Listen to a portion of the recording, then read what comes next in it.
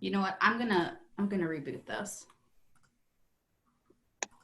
Okay, we are live. We'll let people come in, the attendees come in, and then we'll get started.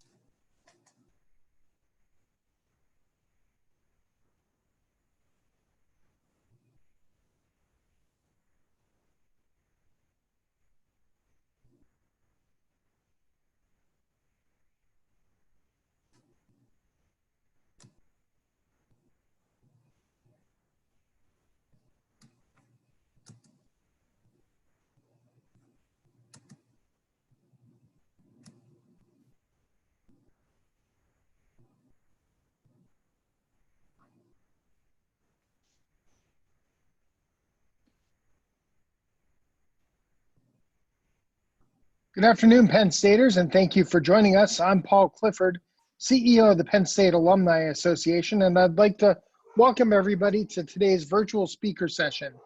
As many of us are transitioning to living, working, and learning remotely, the Alumni Association is ensuring you stay connected to one another and to the university, and also stay informed. And as a reminder, today's discussion is being recorded. Today, we welcome Dr. Jessica Mattingly, who will share how you can start the conversation about COVID-19 with your children, and also how to keep that conversation going. Today's discussion is the latest installment of a recurring series of virtual programming the Alumni Association is bringing to the Penn State community.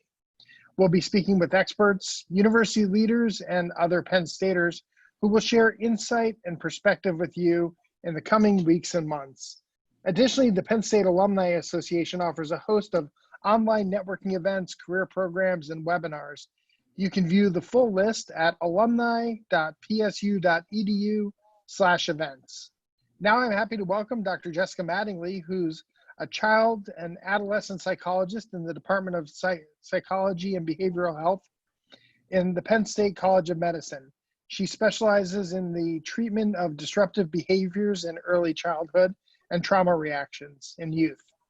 She is certified in parent-child interaction therapy as a level 1 in-house trainer, as well as a trauma-focused cognitive behavioral therapist. Dr. Mattingly will share how you can start the conversation about COVID-19 with your children, what to discuss, and how to maintain an open line of communications with your child. And at the end, she will take a few questions. And so if you could put those questions in the Q&A, I will try to get to as many of those as possible. But Dr. Mattingly, I'm going to turn it over to you. Thank you for joining us today. Thanks for having me, Paul. Glad to be here. I just wanted to start the conversation today by just acknowledging that what we're all going through right now and experiencing is a collective trauma, and we're experiencing it worldwide. None of us are untouched by this. And the thing about trauma is that these events are outside of our control. They disrupt our sense of safety, and it can be difficult to figure out how to have a conversation with children about what all is going on. So today I'm just going to offer some strategies for approaching and maintaining those conversations with your kids about the pandemic, and things that you can do that we know are helpful in the face of trauma. So one thing that's really important is education about what's going on. So some people fear talking to kids about the reality of what's happening, but really it can put a lot of anxieties and worries at rest, to be open and honest. So start by having that open and honest discussion in language your child understands. If you haven't already, it's important to start a conversation that addresses what the virus is, how it's contracted, the possible dangers associated with it, and the protective steps you're taking within your family, as well as those being taken outside of your home in your local community and nation and world. Kids typically know a lot more than we think they do. So to find out what your kid already knows, just ask them, what have you heard about COVID-19? Or there's been a lot of talk about COVID-19. Tell me what you've heard or what you know. And with teenagers, it's also important to check in about what kinds of information they've heard from their friends or anything they've read in social media or other online resources. And one way to help your children feel heard when they do share what information they know is to simply repeat, paraphrase, summarize what they've shared with you right back to them. That lets them know you've heard what they said, you're paying attention, you send that message, I'm listening, I heard, I accept what you're saying, and they'll be much more comfortable coming to you in the future. So then it's important to praise them for whatever it is they do share with you while dispelling any misinformation they might have. So letting your child know that you really appreciate them telling you what they know. By praising them sharing their thoughts with you, you're increasing the likelihood that they'll share more with you in the future. And we want to be careful to dispel any misinformation they have, because kids will overhear things they may not fully understand, and they tend to fill in the gaps themselves. So we want to correct any misinformation. Teens are getting a lot of that, like I said, from social media and friends, and teenagers can actually be challenged to do some of their own research to look at the experts to confirm or disconfirm any information they already have. So directing your teenagers to sources like your State Department of Health, the CDC, and World Health Organization for the most reliable and up-to-date information, and using those sites yourself to stay informed. Another part of the conversation should be encouraging their questions. So simply asking your child, what questions do you have about COVID-19? And then praise them for any questions they ask you by simply stating, that's a really good question. You've encouraged your child to come to you with any questions they have in the future. You want to provide answers that are direct and honest, using language your child understands, and avoid giving more information than they need. Now, the amount of information your child needs is really going to depend on their age, where they are developmentally, and just their own level of curiosity, and you know your kid best. It's okay to say when you don't know something. If they ask a question you can't answer, just let them know you'll do your best to find an answer for them, and let them know when you do get the information they're looking for. If you have a question from a teenager that you're not sure how to answer, it's a great opportunity to sit down and do some research together and see if you can find out what that answer is. Expect younger kids to ask the same questions repeatedly. This is simply their way of trying to understand and seek reassurance. So if you feel like a broken record when having a conversation with a young child about the pandemic, know you're doing it right. Kids learn, young children learn through repetition, and your consistency with your answers each time helps them learn the information while also reassuring them that what you're telling them is true. So let them know they can come to you at any time with any of their questions. And then be sure to visit the conversation regularly, but also not to push it, because let's face it, this isn't going away anytime soon. And it's going to be important as a family to keep that stress management in check and make sure that the information your kids have is accurate along the way. So keep checking in with them about the pandemic, the things that are stressful about it and its impact for you all as a family, but also don't push it if they're not up for talking about it a particular day. We all need a break sometimes. So another thing that's really important in the face of trauma is finding ways to establish a sense of safety. A lot of things feel really unsafe right now. Things that used to be safe for us to do, we no longer do without thinking about it. And life has become very unpredictable. So one way to establish that sense of safety is by focusing on the things that are familiar and predictable, because this creates a sense of safety for everyone. You'll even find it to be true for yourself. So there are some ways you can do that. The biggest thing really is keeping a daily routine. And I know kind of easier said than done at times, but in times of stress, comfort and security and even stress reduction can be found in the simplest of routines. So if it's overwhelming to think about developing a daily schedule for your home, I encourage you to start with things that haven't changed or don't need to change. So for example, things like the times you usually eat meals or get up or go to bed at night.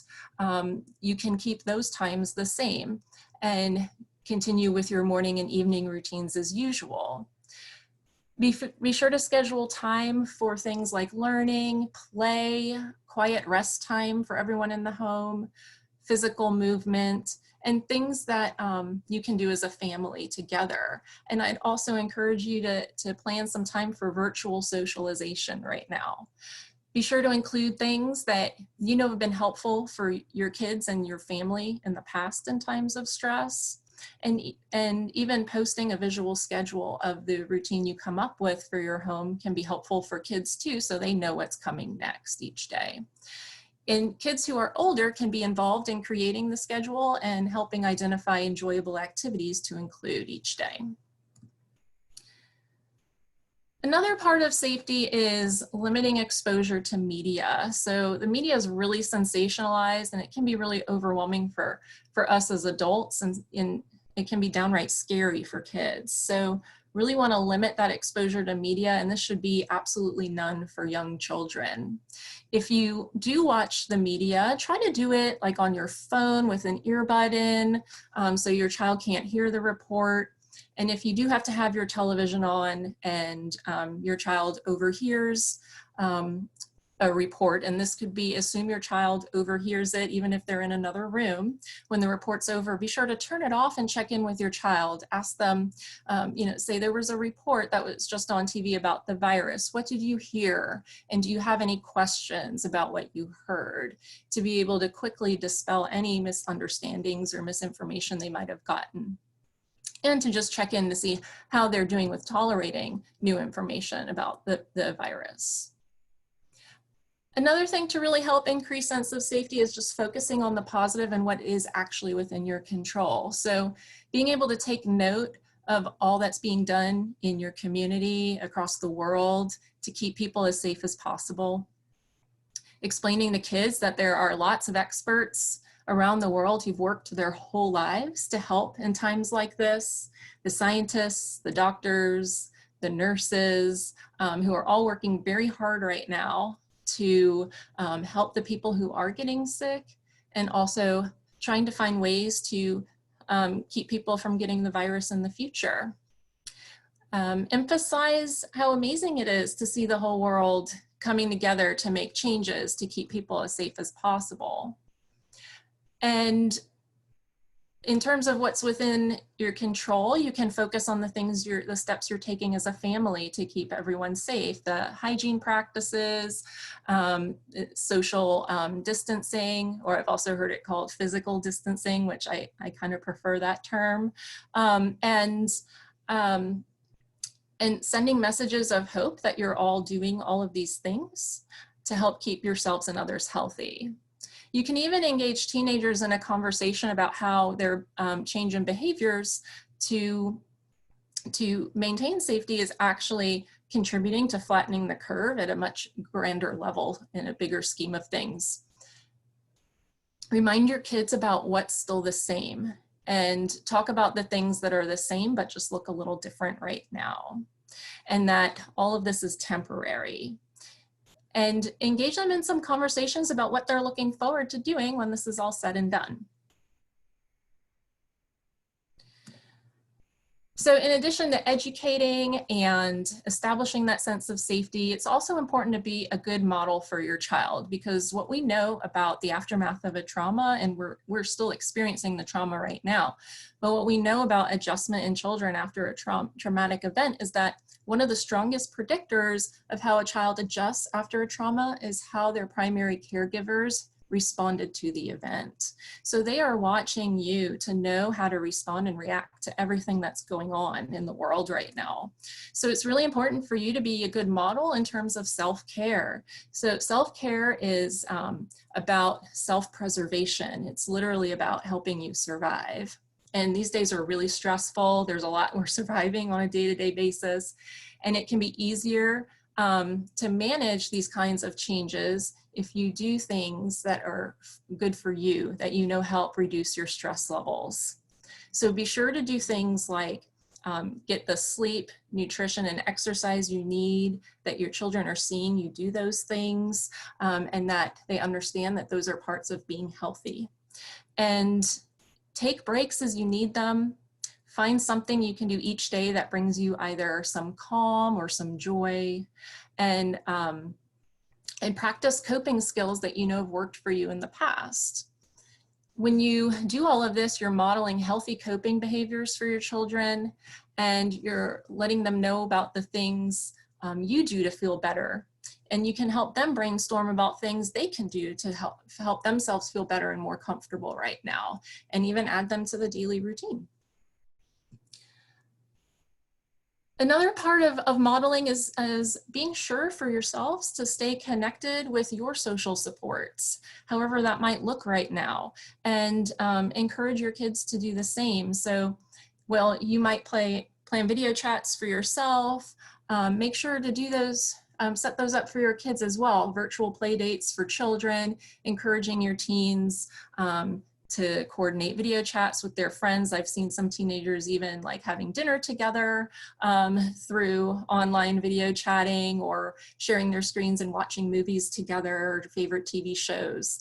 And by you modeling how you're staying connected right now, they're looking to you for that as well. Also, reaching out for help when you need it. All of this models for your child how to maintain relationships, how to reach out for help, and how to support others as well.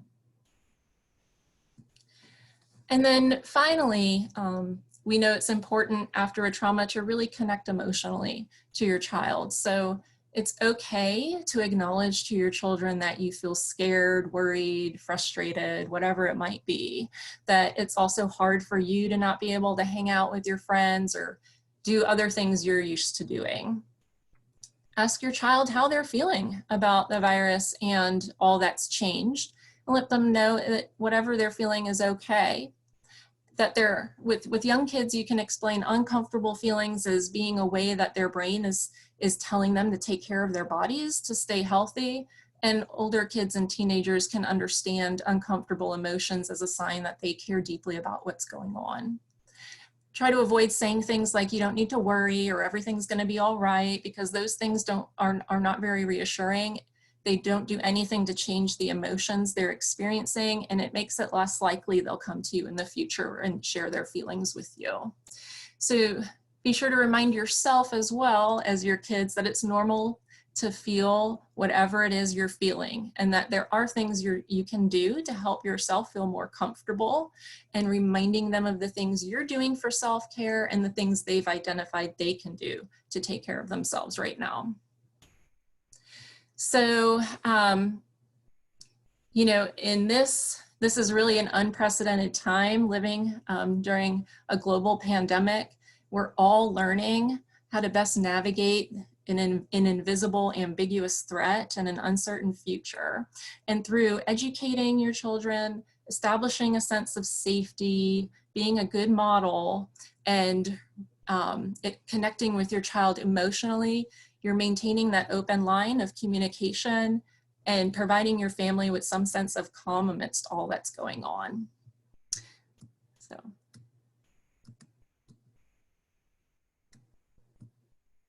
That's what I had to share.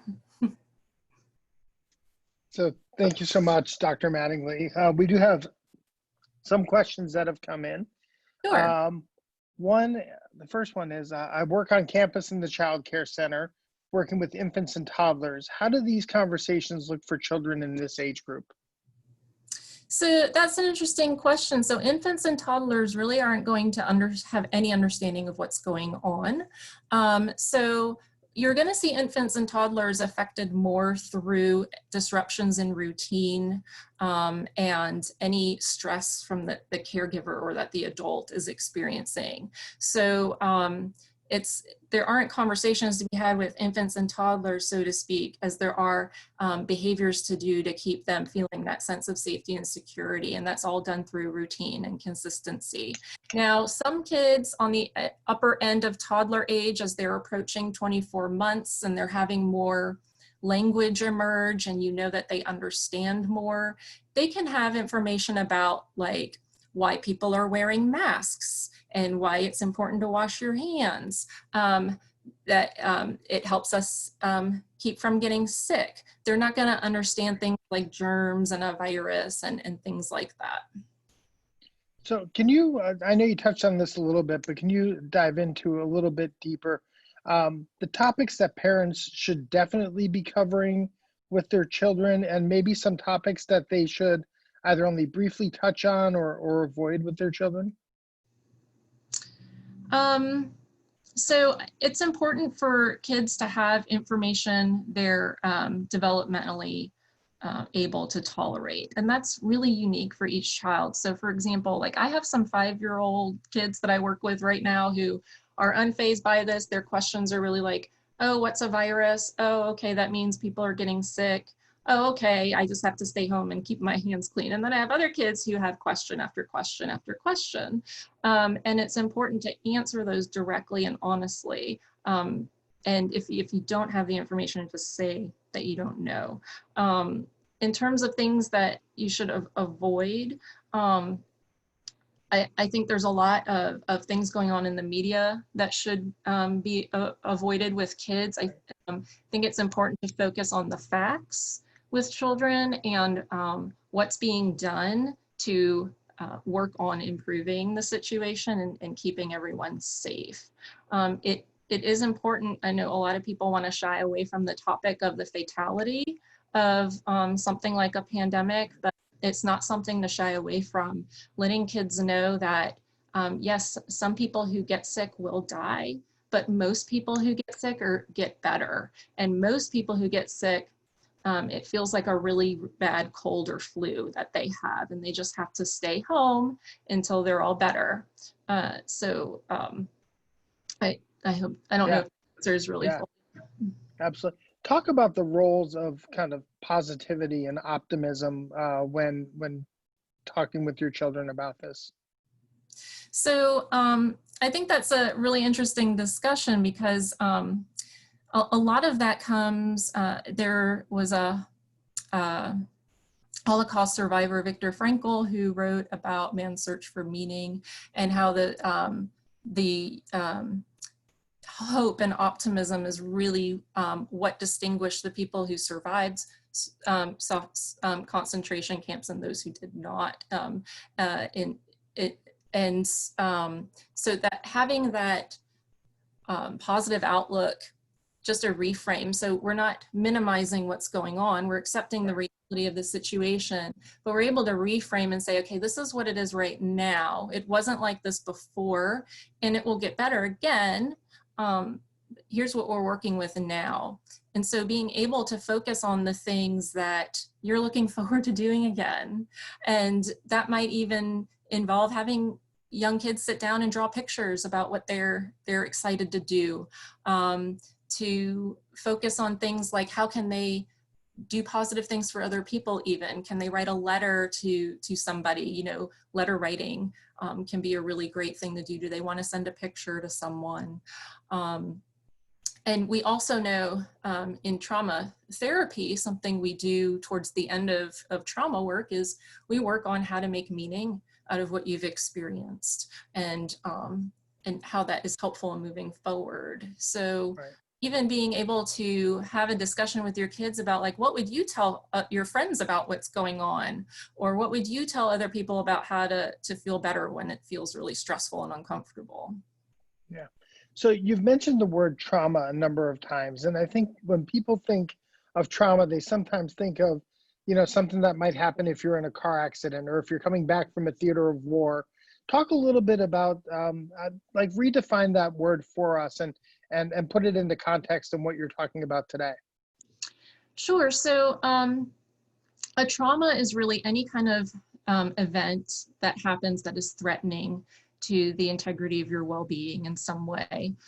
This can be, of course, in the form of an accident or war. It's also seen in abuse, neglect, natural disasters like tornadoes, hurricanes, floods. A pandemic is considered to be a natural disaster.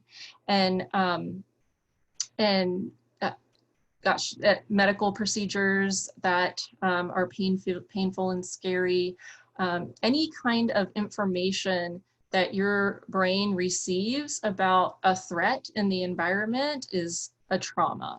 Now, the way people respond to the trauma is individual, but what happens to all of us at a biological level when there's threatening information in our environment is our nervous systems go on alert. This is a biological thing that happens to every living creature, and it is our brain's way of triggering movement towards survival. So right now, if we really think about what happens at the brain level is it puts us into a state to get ready to fight the danger, to get ready to, we can't fight the danger, if our brain's like, oh, we can't fight this danger, it's going to next prepare you to run, flee from the danger. And then if you can't do that, if you can't do either of those, it equips you to freeze in the face of danger. And what we're experiencing right now is a danger we can't even see. We don't know where it is.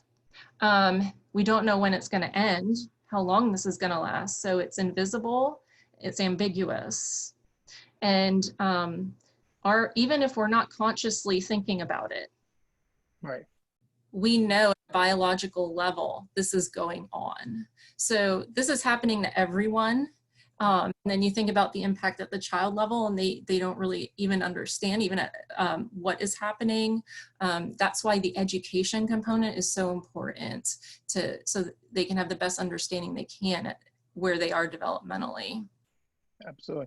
You talked about the role of the media. 25 years ago, if this was happening, right, where most people find out what's happening in the world is they turn on the nightly news, right, or they go to the newsstand and read a newspaper. But now we have the internet, right, and so much more information available to us, and yet it's difficult to understand like which information is trusted information. So where would you send somebody to find information about how they can personally stay up to date with this, and then maybe how they might be able to boil this down and help children with the facts that you're talking about? I encourage people to rely on their websites of the State Department of Health. I find actually they tend to be the most up-to-date because they get data before the CDC does, and they disseminate the information to the CDC. So I have found more up-to-date information, State Department of Health, than of course the CDC and the World Health Organization. That's where all of the expert information is being filtrated through. All of the recommendations that are being made are coming through those sources. Excellent, excellent. And how about some specific sources for or books or other resources for parents to help talk to their children about this so they're better prepared?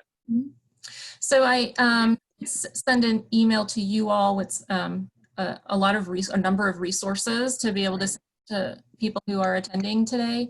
And those resources include a number of different books and coloring books for children about the virus, as well as a workbook for older teenagers and adults that you can work through. And then some links to the disaster or pandemic related fact sheets on the National Child Traumatic Stress Network website. They are a wonderful source of information, very helpful fact sheets and tip sheets you can put to immediate use. That's wonderful. And just so for the people who are listening in, we have compiled all those resources. And when we send the survey for this event out post-event, you will have all of those resources in your inbox. And so we will be sharing those from Dr. Mattingly to you.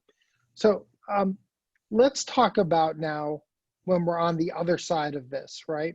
We will have gone through a period where maybe weeks, maybe months of everybody being at home and being with your children, and children getting an awful lot of attention that they may not have received under normal circumstances. What kind of issues can parents anticipate on the other side of this when people start to go back to work and children go back to school or summer activities and things of that nature? Yeah, that's a good question. Some things that are likely to happen would just be any kind of way your child might struggle in situations to adjust to new things. So you'll probably see if they had trouble adjusting to things switching to how they are now, they'll probably have those same kinds of things reappear in another big transition. However, I would say after this, what to be on the lookout for, and to expect, quite honestly, with young kids is probably more clinginess, more difficulty separating, some regression, maybe in some kids will regress with like toileting or speech language development. And those things can wax and wane throughout periods of adjustment. As kids get older, you might see higher activity levels, difficulties concentrating, focusing, and even some disruptive behaviors appear. And then as even a little bit older, and sibling conflict is going to be a thing as well. When you're looking at older kids and teenagers, things like anxiety, shifts in mood, and with teenagers, being on the lookout for things like risky behaviors, including things like substance abuse. Those would be, warning signs that there's more going on. In terms of a typical adjustment, that's going to look different for everyone. We all adjust to new things in our own ways. So knowing you're your kid's best, you're the best expert on your kid. So when you can prepare them for these transitions as they start being announced. You can even, once a date is announced, have a calendar where you count down the dates to make it really concrete and visual for your kids. Describe what the changes are going to be, and what's going to return to the same again, what's there to look forward to. Yeah. So one final question before we let you go on with your day. And this one admittedly is a little selfish. I have a senior in high school, but I think about seniors in high school. I think about the class of 2020 graduating from Penn State. And while, they are adults, we still think of them as our children. But what does that conversation look like about the things that you kind of, your whole high school career, right? You're looking forward to proms and graduations and senior award ceremonies and things of that nature. How do you help them work through that disappointment? Yeah, man, I feel for the teenagers right now, especially the seniors. It is really joining with them on the unfairness of the situation, the sadness, the anger, the frustration, whatever it is they're experiencing, and letting them know how sorry you are, this has happened, just being a supportive listener for them. And then, in moments of calm, not when they're actively upset about the situation, but being able to talk with them about how can we celebrate these things, even though it's going to have to look different than what was originally intended, or what generations before have done. How can we make it special for you? How can we celebrate this? Whether that looks like, planning something for after this is all said and done and having something that you're definitely going to do together to celebrate, or doing things along the way that are doable with the physical distancing that's in place. And that could be, video parties, having a party in your home for them, celebrating in different ways, creating scrapbooks, whatever that might look like, that will be helpful for them at an individual level. Dr. Mattingly, I'd like to thank you for joining us today. And I also want to thank all of our participants who tuned in to the virtual speaker series. As a reminder, we'll be hosting additional speaker sessions in the coming weeks and months. And this programming is in addition to the wide array of online networking events and career programs that are available to you throughout the year. You can view a full listing at alumni.psu.edu/events. Until then, thank you for joining us, and we are. Thanks.